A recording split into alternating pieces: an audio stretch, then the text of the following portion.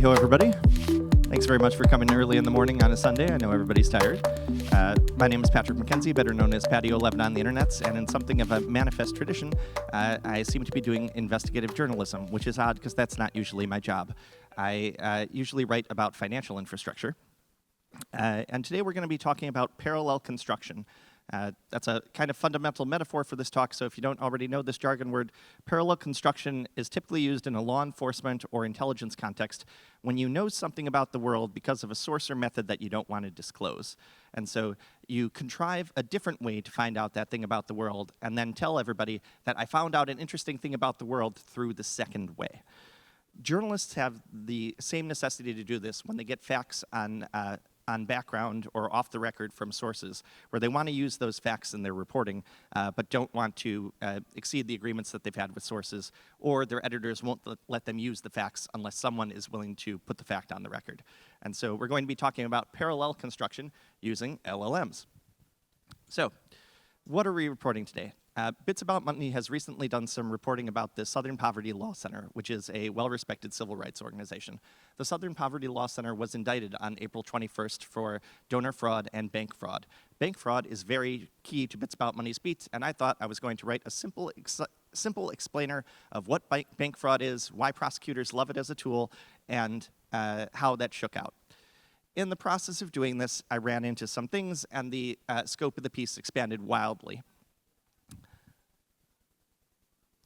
So, cast your mind back to 2017 to 2023. There's a very complicated elephant happening on the internet, and different parties have different views on what this elephant is. The tech industry felt contemporaneously, wow, this is really weird. We keep getting accused of being friends of Nazis by the government, by the media, by civil society organizations. And there just aren't that many Nazis. Why does everyone think that the entire business is Nazis? We make trillions of dollars. There are not billions of Nazis. This is confusing to us. The right-wing professional commentariat said, big tech, those woke geniuses, continually tries to oppress Republicans across all possible tech surfaces. And then civil society said, big tech has blood on their hands because they are routinely doing business with Nazis. And we, nonpartisan, good people, civil service society, have no other objective in stating this fact other than getting the Nazis booted off the internet. None of these three groups are right. So, I have made for this speech a template which looks like an LLM conversation. Every conversation that you see in this speech that is in this template is a real verbatim conversation that I had with an LLM. I'm obscuring which LLMs. It's two. They are commercially available things available in late April and early May from the main two American labs. I just don't want to drag those two labs into my bullshit. So, hey, LLMs, can you please tell me what Patrick reported? A nonprofit best known for identifying extremists evolved into a quasi-intelligence organization whose products became embedded in financial services compliance workflows. It then organized and led a coalition that pressured banks, payment companies, and platforms to use that infrastructure not merely against criminals or terrorists, but against the fundraising apparatus of a major American political figure. Here's the load-bearing paragraph in the piece. Bits About Money's eclectic collection of coalition-authored communications unequivocally demonstrates A, multiple coalition members, B, specifically directing account termination and or continuous restriction, C, against Trump-affiliated accounts, D, for the express purpose of interdicting political fundraising and other activity, E, with them subsequently fundraising in specific reliance upon these acts, F, including when Trump was a declared candidate for the presidency. I can't read you the entire piece out loud, but I think that if you read the piece, regardless of where you are on the political spectrum, you will agree that these are substantiated beyond intellectually serious dispute in the piece. I claim that this is a national political news story. I feel intensely awkward about reporting a national political news story. Please, one of the reporters here, take this off my hands. Here's the timeline for reporting this national political news story. It is 18 days in length. The SPLC indictment drops on April 21st. On April 22nd, every Tier 1 reporter did a piece on the SPLC indictment, which said that the SPLC was indicted and the feds allege blank, blank, and blank. This is to the limit of my ability to tell basically everything that Tier 1 news media has developed about the SPLC over this interval. I was not going to write exactly that piece because indictments are boring for me, but bank fraud is very, very fun. And I wanted to write the bank fraud explainer. I started writing the bank fraud explainer on Friday with the intention of releasing it on approximately Tuesday, 1 week after the initial indictment. Bits About Money doesn't break news. We're an opinion and analysis publication. And 1 week after a major news event is basically the way I want to relate to major news events. But over this weekend here, some stuff got developed in the course of reporting, and the scope of the piece increased, and then we eventually published on May 1st with a follow-up on May 8th. The scope of the piece that we republished would traditionally require at a Tier 1 media organization a team of 5 to 10 people working for several months. 18 days in the LLM era. If people ask you where are LLMs showing up in the productivity statistics, I claim that this slide is one example. So, a note on sources. You might remember that the tech industry and the financial industry are not unaware of pressure being applied against them in 2017 to 2023. The nucleus of the reporting in the piece is a series of private conversations with private sources. I want to show you the God's eye view of what happened when the coalition organized several hundred meetings with the tech industry and financial industry, so that you can understand why I think talking about what the sources said is still secure. So we'll play. This is a LLM-produced simulation of what happens when you try to organize several hundred meetings over the course of several years. Documents containing the contents of those meetings, emails, agenda, post-meeting memoranda, et cetera, fly between participants. They go shoo, shoo, shoo, shoo, shoo, shoo, shoo. And this will accelerate over the next couple of seconds, so I've got to keep my thoughts brief. They end up distributed across the entire range of the tech and financial industry. There were more than a dozen named participants by the coalition themselves. They come from a variety of coalition participants, and they accumulate, because subject to the retention policy at these very regulated companies, we never delete shit. So, you end up with these documents being distributed across companies. But what does it mean that a company has a document? A company is not a thing that exists in the universe except in the juridical sense. There are actual humans at the company and actual computer systems that have the document. And there are dozens of computer systems, Google Docs, email. When you copy-paste from an email to put into a PowerPoint slide, to have a meeting, to discuss your response to the organization that sent you that document, these get fanned out over the various sub-organizations within the company: legal, compliance, communications, et cetera, and importantly, operations.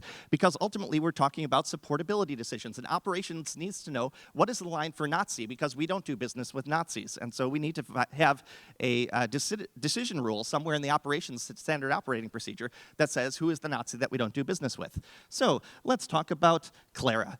Clara is a person in operations, and Clara has access to the documents she needs to do her jobs, like kicking Nazis off the platforms. And so Clara must have access to this document that describes where is the dividing line on who is a Nazi and who is not.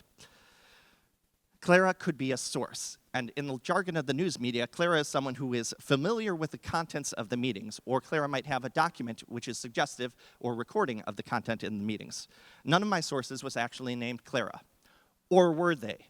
I intend to leak no bits of information about my sources other than the fact that they worked in the tech industry and the financial industry between 2017 and 2023.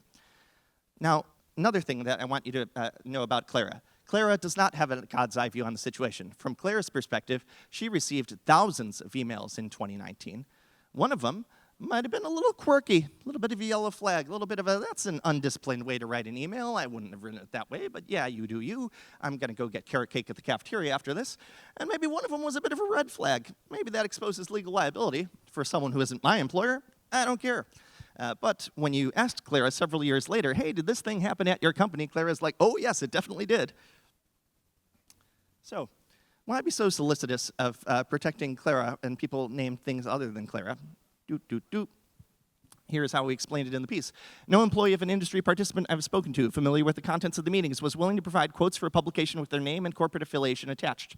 Their reasoning included not being authorized to disclose private information, fear for their personal and corporate reputation, future career consequences for leaking, personal consequences for being identified adjacent to national political controversies. Ugh. In some cases, fear for their physical safety. And in some cases, unwillingness to betray a cause they personally support. Another important thing about sourcing, Stripe was an industry participant. I was employed at Stripe continuously from late 2016 through early 23, covering the entire period under discussion. I remain an active advisor to Stripe. Stripe does not necessarily endorse what I write in my personal spaces, or conference talks that I give for that matter.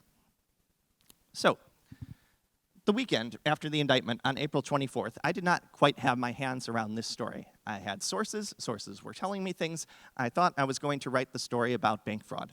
And I know time-stamped that I did not have my hands around the story because I sent a request for comment out to an organization I knew basically nothing about, Common Cause, which to my read as a tech person who doesn't really spend much time in DC political circles, this is just a blue-aligned, vaguely goody-goody nonprofit.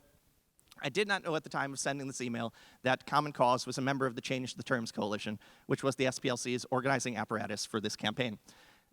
But Common Cause had put out a statement in support of SPLC on their website, and I saw it, read it, said the usual things, and I just went fishing. I was wanting to write about the bank fraud, and I said, hey, is this bank fraud indictment retaliation for something? What could it even be? Hoping that they would give me something that would substantiate some of the industry rumors I had heard. I then sent them a very different email a few days later, which began with flagging that there is direct exposure for your organization, comma, but we'll get to that later. Comms discipline and lack thereof. There are many people who don't work in communications department that think executives have this really annoying tick. When you ask them hard questions, they say the same sentence with the same cadence very repeatedly, and that sentence says nothing interesting. Communications departments describe this characteristic of those executives as being disciplined because that sentence has been written for them, checked by legal, and doesn't either cause any legal liability, back the company into saying something that they have to retract in the future, or otherwise harm the company's legitimate interests. Some executives are other than disciplined, and when you are other than disciplined, that can be against your interests, including against your legal interests. I now have a slide. I apologize to some people in the audience. I didn't know you were going to be here. So one undisciplined executive is SBF. SBF had a podcast appearance on Bloomberg Odd Lots. He's actually had 3. The first one is so old, even the LLMs have forgotten about it, but this kid did not. He's describing the founding myth of Alameda Research and how it, in my paraphrase, suborned a Japanese bank to allow them to do Bitcoin arbitrage. I'm not sure I believe this founding myth, but I've worked in a communications department. Every tech company mythologizes about their start, and the myths are not necessarily true. They're often based in a true story. One of the things that SBF says in the course of this interview is he's putting these words in the mouth of the bank, but saying them out of his own voice to reporters. This is literally the sketchiest thing you can possibly do. Direct quote. Here's another thing he says. This is obviously just money laundering. And you say, in his own voice, no, it's arbitrage. But you're talking to a teller at a Japanese bank. You don't even speak Japanese, right? I do speak Japanese. Okay, the reason this is undisciplined and dangerous is this was recorded on April 1st, 2021, when SBF is on the beginning of his rise to power and authority within the United States of America. And at every date after April 2021, this recording is available to a prosecutor or a skeptical reporter who can phrase it as, the CEO of Alameda Research admitted to Bloomberg that, ... So, the heart of this talk, seeding LLMs to build an evidentiary corpus. And I apologize, the text is going to be really small in this one, but I will read you verbatim one of the first chats that I had with the LLM. Oh, geez, that is small. I can't even read it from here. Well, so you are going to accept that this happened is on the screen in front of you, and I'm going to zoom in on a machine that can actually show me what it says. Find podcast appearances, social media posts, and other informal and less likely to be reviewed communications by employees of Change the Terms founding members regarding meetings with, redacted for source protection. In particular, I'm interested in descriptions with first-party admissions of the purpose of the meetings was to advocate for TOS changes or heightened TOS enforcement. In particular, I'm interested in enforcement with regards to either explicitly redacted for source protection or euphemisms, which leave very little doubt as to who is being discussed. Pay particular attention to occurrences of the word redacted for source protection. All right, going back to the...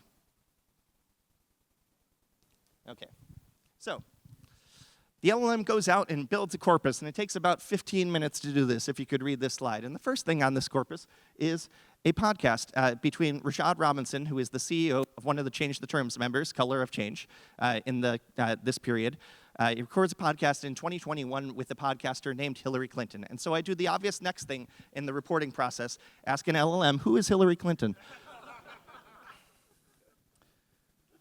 So, can you guys actually hear that through the mics, or should I play it from my phone into the mic? Can't hear anything. Okay. We have prepared for this eventuality. I asked an LLM, how do I make myself more robust against failure in a conference for playing this? Let's go. We started calling the credit card companies. We started calling these payment processing companies. And you know what they told us? They said, oh, we're with you, but you have to talk to the banks.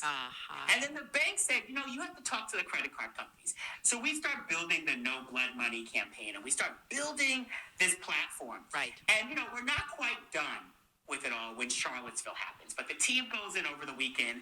They, get all the tools together, and we start going public. We gave the companies, we're like, we've been talking with you for months. We've given you these lists of white nationalist groups.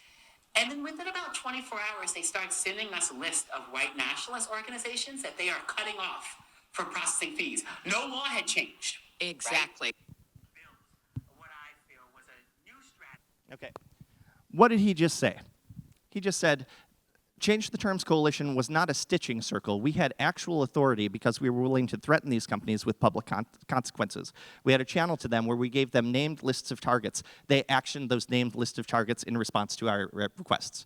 This is not what Change the Terms says in its more disciplined moments, like when it's testifying in front of Congress. In its more disciplined moments, Change the Terms says that the companies retain all agency with respect to their decisions. We are simply publicly advocating for them to adopt a policy. And when they make decisions that are not in line with their own policy, we publicly advocate that they make their decisions more in line with their own policy, cough, that we drafted for them, end cough. But when they are talking to themselves, they are very certain that they do actually have authority at these companies. That is not an authority they will want after they change the target of these target lists from being white nationalist groups to, I claim, and will demonstrate, Donald Trump's PAC campaign and other entities. Going to another bit of Robinson explaining in his own words. One reason I want to spend your time today listening to his own words is I don't want you to think that this is some skeptical reporter who is trying to convict him by putting words in his mouth. So Robinson, what was the actual aim here of the Change the Terms Coalition? What I feel was a new strategy that was focused not simply on resistance, but on opposition. What would it mean to not just resist, but to build power to oppose so that we could get back to governing, focusing on winning real-world victories at the local level, while also recognizing that the game was not fair, that the rules were rigged, and that we couldn't simply say that what happened in 2016 was democracy. It was what happened. Okay, thank you, Robinson. I understand. The goals are you want to win elections for your party. Makes sense. You're also a 501c3 nonprofit. That's an interesting juxtaposition. And then one last quote from a podcaster of renown.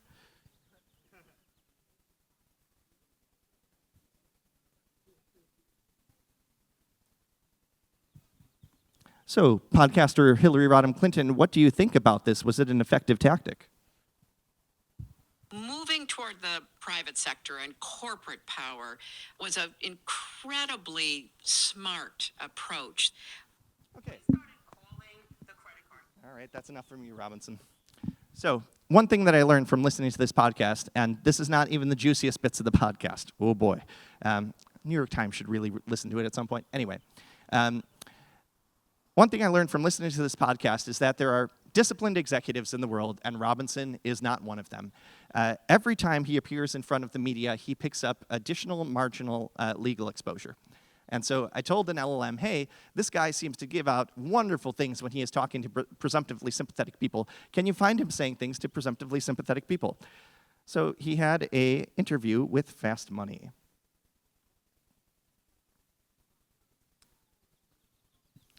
So again, part of the thrust of this reporting is that I don't know that this nonpartisan organization is in fact nonpartisan. Robinson, in Fast Money on October 25th, 2017, They say approvingly, Robinson used similar tactics to move companies to withdraw sponsorship from the 2016 Republican National Convention. The Republican National Convention, for those of you who don't know the DC social scene, is a grand old party. Yeah, sorry, I'm a dad. You get the dad jokes. Okay, elsewhere in the interview, he says this coercive conditional escalation, where either you do what we want or we hit you with a consequence. He describes in detail how they did it. We achieve a meeting with you. We show a PowerPoint deck which shows you and your executives on the left hand of the screen, and people in clans robes on the right side of the screen. And this goes live on Twitter tomorrow unless you give me what I want. Robinson says, and this is a quote, 95% of the time we used this. We did this coercive conditional escalation. So, what else? Oh, I'm really sorry about the small text. Alrighty. One other thing that they could do. So, I'm reporting on a power ecosystem that I don't really understand, and the LLMs seem to be very good at depicting power ecosystem for people on the outside of them. So here's something I couldn't use in the reporting, but was important to help me wrap my heads around it as I was searching through documents. This is a length of time, 2017 to 2023. There is a shifting mix of this coalition. Different organizations are rising to prominence, et cetera. And I told the LLM, can you build me a timeline that shows the center of gravity of this coalition over time? They have public statements. They are publicly reported on voluminously. And those public statements will have different signatories to them. And reports will mention some members of the coalition in some years, but not others. So walk the co-citation graph for me and tell me from 2017 to 2023, like, who is the motivating force in this coalition and who is just like signing on to letters and who peels off at points. And it did this ably.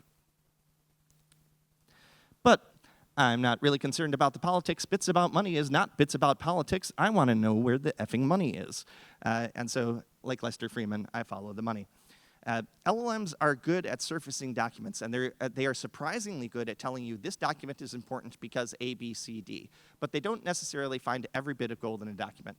One document that the LLM surfaced to me was a internal blog, which for some reason is published to the internet.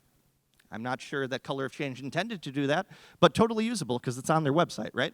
So in this internal blog, they published for the benefit of staffers who weren't able to attend a meeting with Facebook their prepared remarks to Facebook. Excellent operational security. And in their prepared remarks to Facebook, Robinson delivered to Facebook executives what is commonly called a shout-out. Here's one part of that shout-out. And the Southern Poverty Law Center, who not only pushed for and supported this event with their own voice, but did so financially as well, paying for all of us to travel here from out of town. Here is how a skeptical reporter rephrases that fact and some other documents. According to documents reviewed by Bits About Money produced by coalition participants, the SPLC participated in cost-sharing arrangements to fund expenses of other coalition participants incurred in carrying out the joint purpose of the coalition. We are unaware of the extent of this practice. Why is this an important paragraph? Because this reporter anticipated that as soon as I broke this story, people were going to say, coalition, smolition, it's more like a sewing circle where we occasionally discuss things that we mutually believe with our friends, but weren't coordinating anything. We're not mutually responsible for each other's actions. We didn't have a defined strategy here. All of those hypothetical statements would be a lie, and if you are a comms department for a well-respected DC political organization, a nonprofit organization, you probably shouldn't put them in print to me. More about that later. But this... the best way to demonstrate entanglement is to demonstrate monetary entanglement because nobody pays for hotel rooms just for their friends. So here's a photo that the LLMs pulled up. Facebook, so this is a truck that has been rented in Washington, and the people who rented this truck will tell you in their own words, we rented this truck to stalk Facebook executives. Wonderful things to put in writing, guys. Okay, Facebook must close Trump's ad loophole. Nobody is above the rules. Trump's ad loophole, quote unquote, in mid-summer of 2021 is that Facebook has, in the wake of January 6th, turned off the core Trump accounts. But Trump also has a PAC, Trump Save America. The PAC is fundraising on Facebook, and it is fundraising by means of like putting out ads to collect people into their funnel, and then they ask those people for money. And the coalition did not like this. So the loophole is that you have a PAC that is fundraising. We know that this is exactly what they were targeting because they put this at length in a letter, which I describe as the Rubicon document. The Rubicon document is published in July of 2023. This hits the, 2021. This ad hits the streets in September of 2021. I'll show you the Rubicon document a bit later, but this wasn't an accident. The people who paid for that thing to harass the Facebook execs around Washington described their activities in an end-of-year communication to donors. So one of the things they say is, we co-founded Change the Terms. This was really important to us. We've done it for years. Our efforts have yielded numerous concrete changes. After years of pressure from free press, authors of this, and our allies, Twitter finally banned Trump, who fueled the insurrection, has long used his account to target people of color, immigrants, religious minorities, and other communities. Facebook initially indefinitely suspended Trump and later changed his suspension to a 2-year ban. We are now pushing the company to permanently ban Trump and to close a loophole that's allowing a Trump PAC to fundraise and organize on his behalf. Guess what comes right next in this funding solicitation? It's the call to action. Fund the fight. Your generosity makes our work possible. Please give what you can today to make sure we have the resources we need to keep fighting for equitable media and policies that improve people's lives. And then here's how you do it if you are using a donor-advised fund. Thank you. Free Press and Free Press Action are nonpartisan organizations fighting for your right to connect and communicate. Free Press and Free Press Action do not support or oppose any candidate to public office. So, at the start of this, I just thought the LLMs are going to assemble this corpus, which ends up being 600 documents, but they're going to be gophers, like I would use. Hi, Sammy. Sammy was my gopher for last year. He's been replaced. But it turns out that the LLMs are, much like Sammy, capable of interacting with you in the course of writing a piece and giving perceptive feedback on why a document is important, which allows them to rank the documents by importance before you even read it. So here's a back and forth between me and the LLM. Thanks, this has been extremely helpful. Succinctly summarize URLs for the best hits you identified earlier, particularly the Robinson podcast, the interview with Clinton, and the Free Press fundraising communication, which we just saw. It said boop, boop, boop. And then we got into a sort of discussion about the where this reporting was going. And I said, I don't think I'm really obligated to report what happened in 2022 to the present. This piece is really about the 2017 to 2023 thing. What happened after 2022 was somebody else's ballgame, particularly because I think that the best bit of evidence that I have right now is the fundraising communication. And so I can show the setup. They had this coalition. I can show them, I can show the catch where they say, we successfully got a movement against Trump. I can't directly show them action against Trump-affiliated accounts. But, and then the LLM comes back with, well, you can show them direct actions against Trump-affiliated accounts. I mean, didn't you read the comment cause letter? And I said, what was the URL for that? There's been 600 URLs in this chat. I didn't read it yet. I read it. Oh, goodness. Another smoking gun. Impossible to argue they did not attempt to stop funds to a PAC now. And the LLM says, yes, let me confirm what you've just figured out. The Common Cause Free Press letter is unambiguously documenting an attempt to stop funds flow for a federally registered PAC. Several specific features that make this characterization unimpeachable. The target is named and its legal status is named in the letter itself. The operational and interdiction at the ad processing letter. The letter is signed by named institutional actors with documentary attribution. The letter is publicly hosted on Common Cause's server. The September 30th mobile billboard escalation corroborates intent and seriousness. And the 501c3 Jeopardy argument, the letter does most of the work in a single written artifact. Holy shit, this guy is dangerous. And then I quoted one line from the letter, which it had it quoted to me. Further, Team Trump is soliciting donations and inviting supporters to Trump rallies. And said, oof, they will regret that sentence. Because that was a sentence I could not publish before they put it in their own words, even though I believed it to be true. I would encourage you that while the LLMs are really, really fast at reading, you do have to do all the reading. So 600 documents. I read lots of them, but I had the LLM prioritize it for me, and I thought the LLM probably found all the juicy documents. I was wrong. Here's what Bits About Money originally published with regards to the post-2021 time frame. I thought that they had perhaps achieved operational discipline as a coalition, that their many faults were before that, but then eventually the serious adults stepped in and said, no, you are putting our 501c3 status in jeopardy. We are going to like pump the brakes on this. Bits About Money has only ever issued 2 corrections. This is one of them. Update on May 8th, 2026, 1 week later. As of publication of this essay, Bits About Money was unaware that the coalition had written on its own letterhead a demand letter after Trump was a declared candidate implicitly to the presidency. We would not have written this section in the fashion it was written if we had been aware of that document. Our discovery of it caused us to do substantial follow-on reporting, and Bits About Money regrets the error. Here is that document. When I say it's written on letterhead, it really is written on letterhead. I used sophisticated reporting techniques to find this document. Change the Terms Twitter account is @ChangeTheTerms, and they tweet things that they write. And occasionally they tweet out demand letters on their own letterhead. I had read all of their tweets, but since I read uncarefully at like 2 a.m., I did not realize that they had published this one after their somewhat less explicit tweets. So I just opined to the LLM, wowza, and dropped it the PDF. And the LLM comes back with, wowza is right. And then more perceptive commentary. So, a bit more about reporting. I did what responsible journalists do and asked for comment. And there's a few ways that reporters can use a request for comment. One is, I'm still getting my head around like what's actually happening in the world. I genuinely don't know. Can you tell me some things that I don't know about the world? You're an expert in this field. Please share with your friendly reporter. Help a reporter out. The second bit. Okay, I'm in a state of epistemic uncertainty as to whether your organization has done a thing that I want to report about you doing. Did you do the thing? Like, maybe if you tell me you didn't, I say, okay, that's a push. If you tell me you did, though, then I can report that you can do the thing, that you did the thing. Maybe you're proud of doing the thing.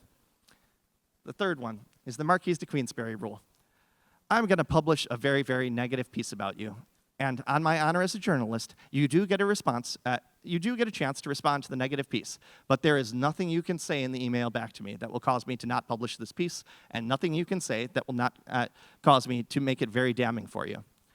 Here's what a request for comment could look like. Request for comment to change the terms. My name is Patrick McKenzie, and I write Bits About Money, a professional journal about the intersection of finance and technology. My work has previously appeared in New York Times and Bloomberg.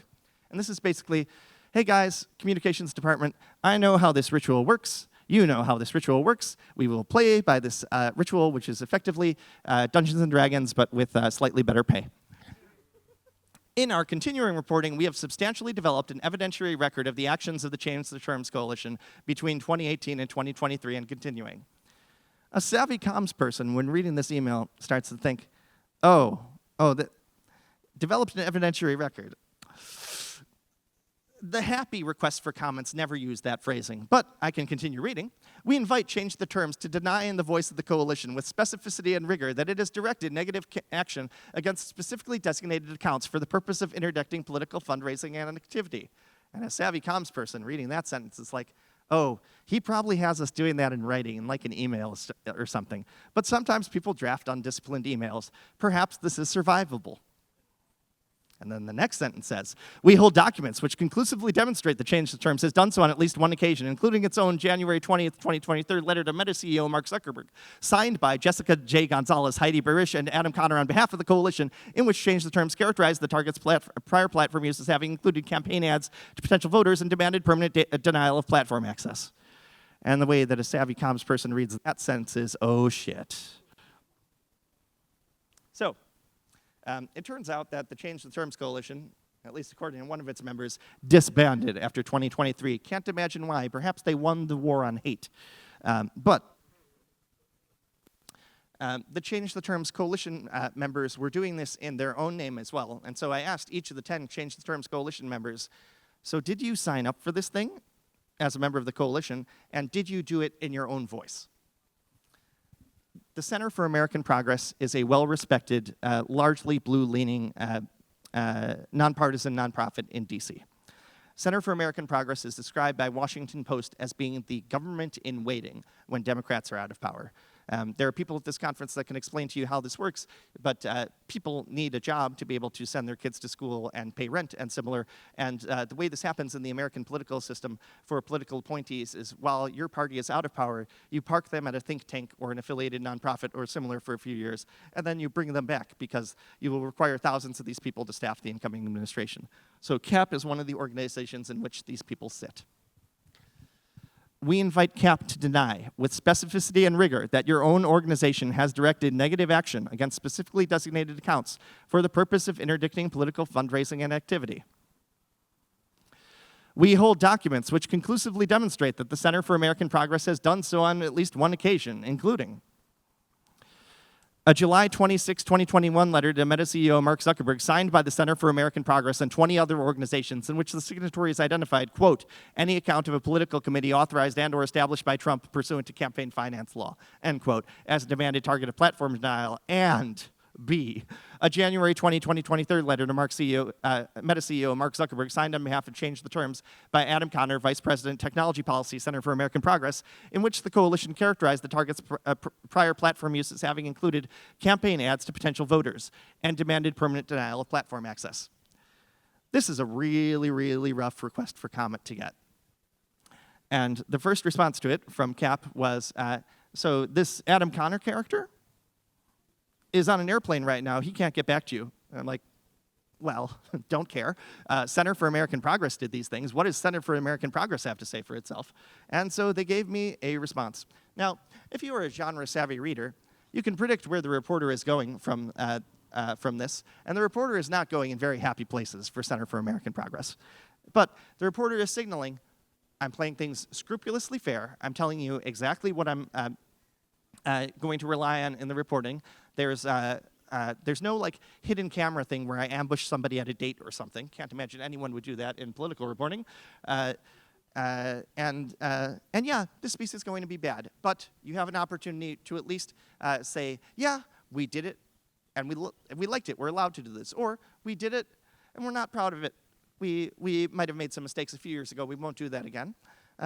But this request for denial is not actually requesting a denial because the conduct is undeniable. Oh, and the reporter did one more service to CAP. He tipped a card as to what his direction was for the piece. As you are aware, at the time of the second statement, Trump was a declared candidate for the presidency. And this is, I have also worked in a communications department. You work in a communications department. Call your lawyer immediately. They did not call their lawyer. They instead decided to lie to this reporter. Here's the lie. Neither CAP nor Change the Terms sought to interdict political fundraising or suppress nonviolent political expression. The rest of this that I do not have highlighted is anodyne. Everybody hates violence, which, sure, everybody hates violence.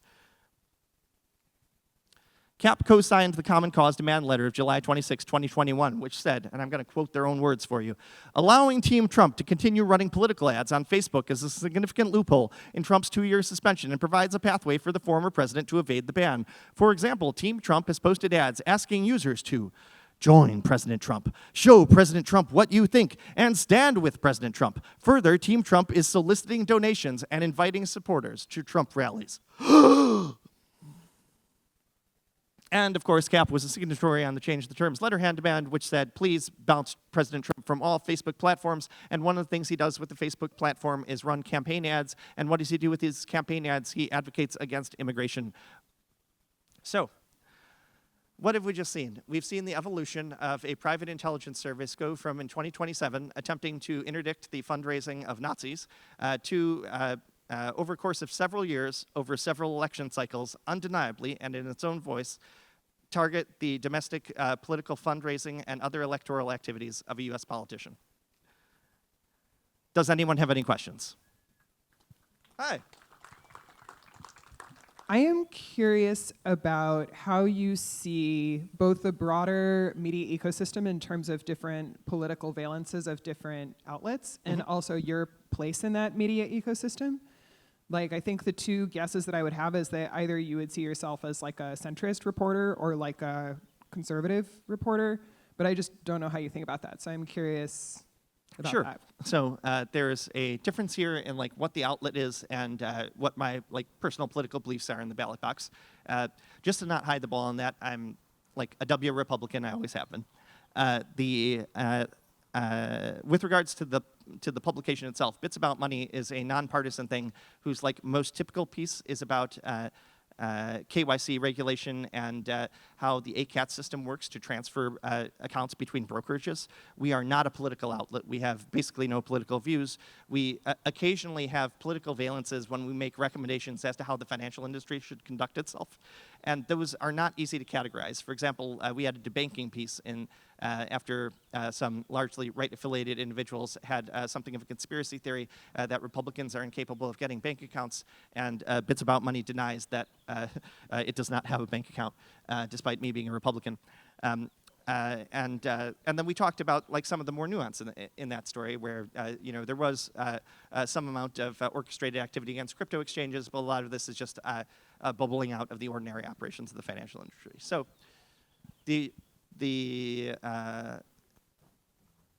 we don't break political news. I feel embarrassed for breaking political news, and we don't have a political line as a publication. I would love nothing more than for a well-resourced Washington or New York-based like mainstream media outlet to take what we've developed and just run with it. I think they have better resources for doing this. I think they have epistemic rigor that we can't possibly do as a one-man reporting outlet. I think that we didn't do the 5 people chasing down documents and quotes for 3 months thing that this piece probably requires, and someone should do that because it seems self-evidently important.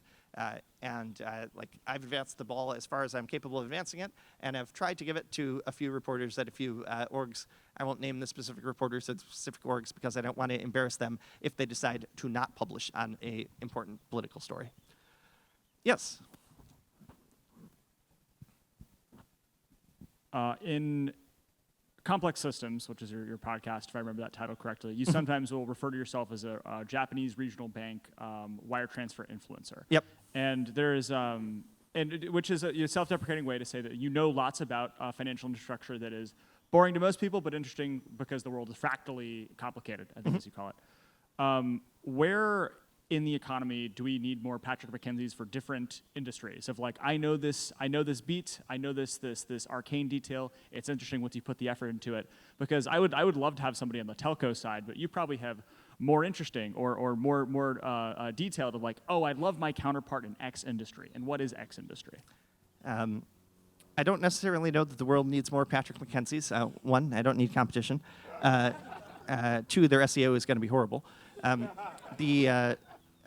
I would welcome there to be more reporters that had deep understanding of how the world worked, or equivalently subject matter experts who went away from like the standard day-to-day work of working in the industry and just tried to explain how it works to people.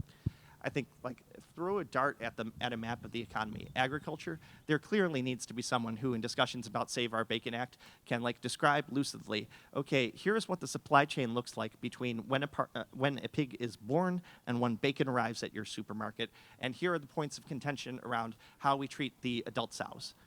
And just like say that neutrally for the benefit of people.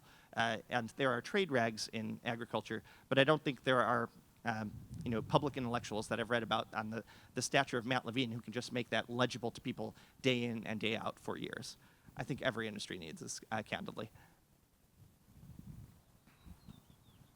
Or at least all the important ones. In the back of the room, please.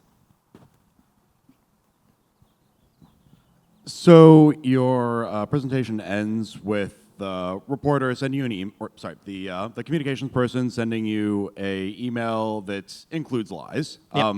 I was wondering, like, why it is that's consequential, because I mean, it's not really a crime to lie to a reporter who's like breaking a story about your firm.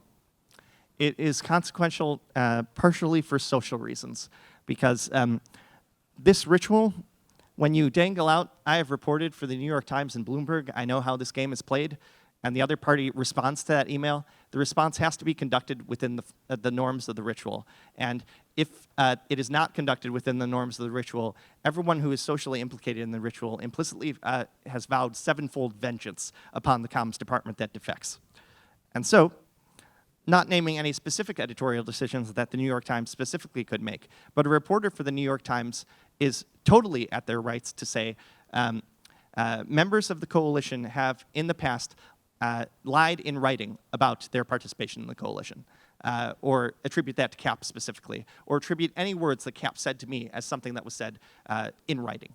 And all of these things are very damaging for their ability to spin it. Like if Cap says, oh yeah, we did it, but it's not important, the New York Times can say, you previously said you didn't do it. Why'd the story change? Is it because we're important? Were you willing to lie to a reporter who sent you an honest request for comment? Only guilty people do that. Are you guilty? What are you guilty of?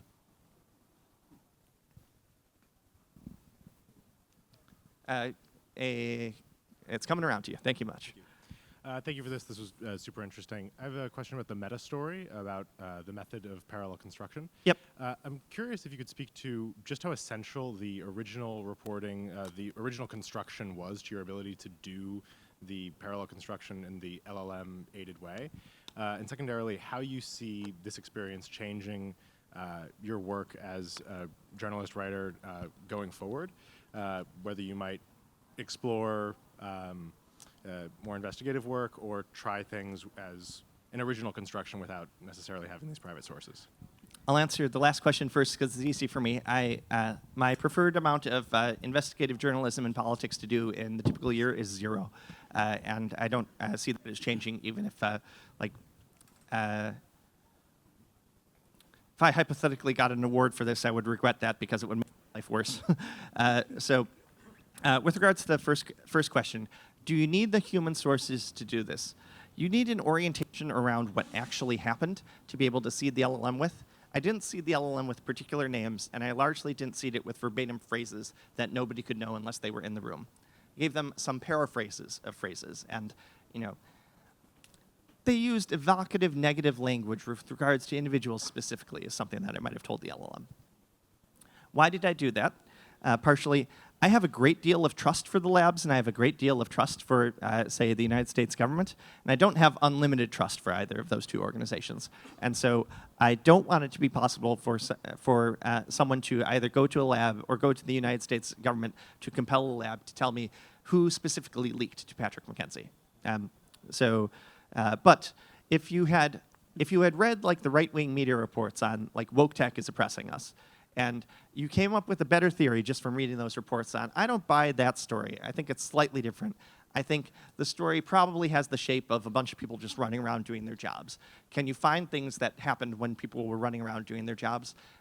You might have been able to report all of this without the internal sources. Although I think it is a more powerful piece when you can say the internal sources said that the coalition described them as having blood on their hands and accepting blood money. By the way, the coalition says that their hashtag was #no blood money. And by the way, I don't necessarily 100% trust all of the sources that I talk to. Every source ever that talks to a reporter has an agenda in doing so. And if you're a fan of Tom Clancy books, the old acronym in counterintelligence is MICE. Money, ideology, conscience, ego. It's not typically money when talking to a reporter because good reporters don't pay sources. But ideology, conscience, and ego are often agendas that sources have when talking to you. And so is this person who worked in the tech industry spilling the beans because they are politically opposed to the goals of the coalition? Very plausibly. Are they inventing claims? Don't know. When 3 separate people tell me about 3 separate meetings that all echoed each other, I have more credence that those happened. But when 3 separate people tell me things that echo each other, and then I find literally the strategy document that outlines what we are supposed to say in the meetings, then I have basically unlimited credence that those people are telling me the truth with respect to that representation. And if there were other things that they told me where I thought, wow, really? That sounds kind of outlandish, I now think it's maybe a little bit less outlandish. So you talked a lot about the your own process using LLMs for this reporting. I wonder if you have any thoughts on the LLM use by the counterparties here, specifically in responding to you. So the CAP response that you showed didn't seem like the most sophisticated, and might dare say like sloppy in some sense. Like, have you like ran those responses through some like LLM provenance tools, and 2, like, what is your mental model of what these departments do, and to what extent is that like aligned with, shoving in an LLM and asking, hey, what should I do with this inquiry? I have a specific mental model with respect to what CAP specifically did in their communications with me. And the honor of a reporter does not allow me to expose the totality of that model. So I'm going to talk, generally speaking, about what a communications department will do in terms of workforce allocation when an email comes in. First question, is this tier 1 media or not? If it's tier 1 media, we always treat it with the kid gloves. It goes to our most senior people, the director of communications, et cetera, et cetera. If it's not tier 1 media, what kind of media is it, and what kind of story are they trying to tell? And I think this one might reasonably read to someone who is scanning it for just a few seconds on a busy day under deadline pressure. Trade rag, asking about something a few years ago. Not very important. Assign it to the most junior person in the department. Now, we've talked about the social ritual here. And the social ritual is that every spokesman for a company that signs an email as, I am the spokesman for Microsoft, I am the spokesman for Google, I am the spokesman for the White House, I am the spokesman for the Center for American Progress, all of them speak with the totality of the voice of their organization. That's inviolate, even if they're a 24-year-old. And so the 24-year-old didn't fuck up. CAP fucked up. We will take one last question. Mm-hmm. Dave? Thanks. So Patrick, as I know you know, but maybe not all the people here know, political parties, generally speaking, have entire departments that are devoted to finding what's often referred to as opposition research, which is sort of a wide variety of facts that might be beneficial to them and not beneficial to their opposition, regardless of which party they are. Is your sense that, like, there's a lot of unexploded ordnance here that now an LLM can find, or is this a one-off? And if you were any political party, or rather, what might you expect political parties would do if they're savvy and aware of this in future elections, given the ongoing proliferation of LLM capabilities like this? This is what I hope to be one of the undertones of the talk, and thank you for promoting it to text. There is so much unexploded ordnance. Communications departments had for years a formal policy. If you are an executive, do not go on the nightly news without us having thoroughly briefed a 5-pager on who is the reporter. You will have 3 minutes of airtime or less. What exactly are you going to say in those 3 minutes? Down to the sentence level. Memorize the sentence. Repeat it to me. You didn't repeat exactly the right words. Try again. We are a disciplined shop here. Podcasts, on the other hand, who listens to 90 minutes of a podcast? And podcasts don't include transcripts, so you can't control F for the goods. So podcasts are low risks. Let's formally carve out podcasts from our media policy. Anybody at the company, Dave is going, oh my God. Yes, it is a true fact that many companies, any idiot can go on any podcast at any time and say, hi, I am idiot, I am speaking for blah, and here is all the dirt that I have. And that unexploded ordinance stays on servers for forever because podcasts never get garbage collected. The cost of doing a transcript for every podcast that Bloomberg has ever produced is like $1. $10. Oh no. And so, like, a capability that Oppo Research very much has is, I want you to start when this individual is 12 years old and find everything that they have ever written. So I would not do that to someone that I did not know. I think it's potentially an invasion of privacy, although I think that is complicated if, say, you're a national political candidate, but I did it to myself once. There is one thing that I've caused to be written that is on the internet that I'm not currently proud of. I know that I have the skeleton in my closet. I asked an LLM, without telling it I have a skeleton in my closet, I said, can you go over the entire publicly available corpus of patio11 writings and find the thing that an Oppo research firm specifically would consider the most damaging? I'm like, there is a #1 answer to this with a bullet. It gave me 7 answers. I think the LLM is not correct with regards to the salaciousness of a couple of them, but it found a thing that I did not remember causing to be written, which was, did you know in 2003 when you were an undergraduate at Washington University in St. Louis and you were sitting in the cafeteria, a reporter for the Washington University student newspaper came up to you, put a microphone in your face and said, what did you think about the Iraq war? Would you volunteer? And you gave the following quote. I'm like, oh, wow, I did not remember that, but it's on the internet for forever. Yeah, please don't LexisNexis me. Anyway, So this is a substantial increase in capabilities. What was available to somebody on the $200 a month plan in late April is the worst these will ever be. And if Opera research firms aren't using them for the election cycle and all for future election cycles to come, they're incompetent at their jobs. And with that, thank you very much for coming to the talk, everybody. I'm around the rest of the day if you want to ask questions.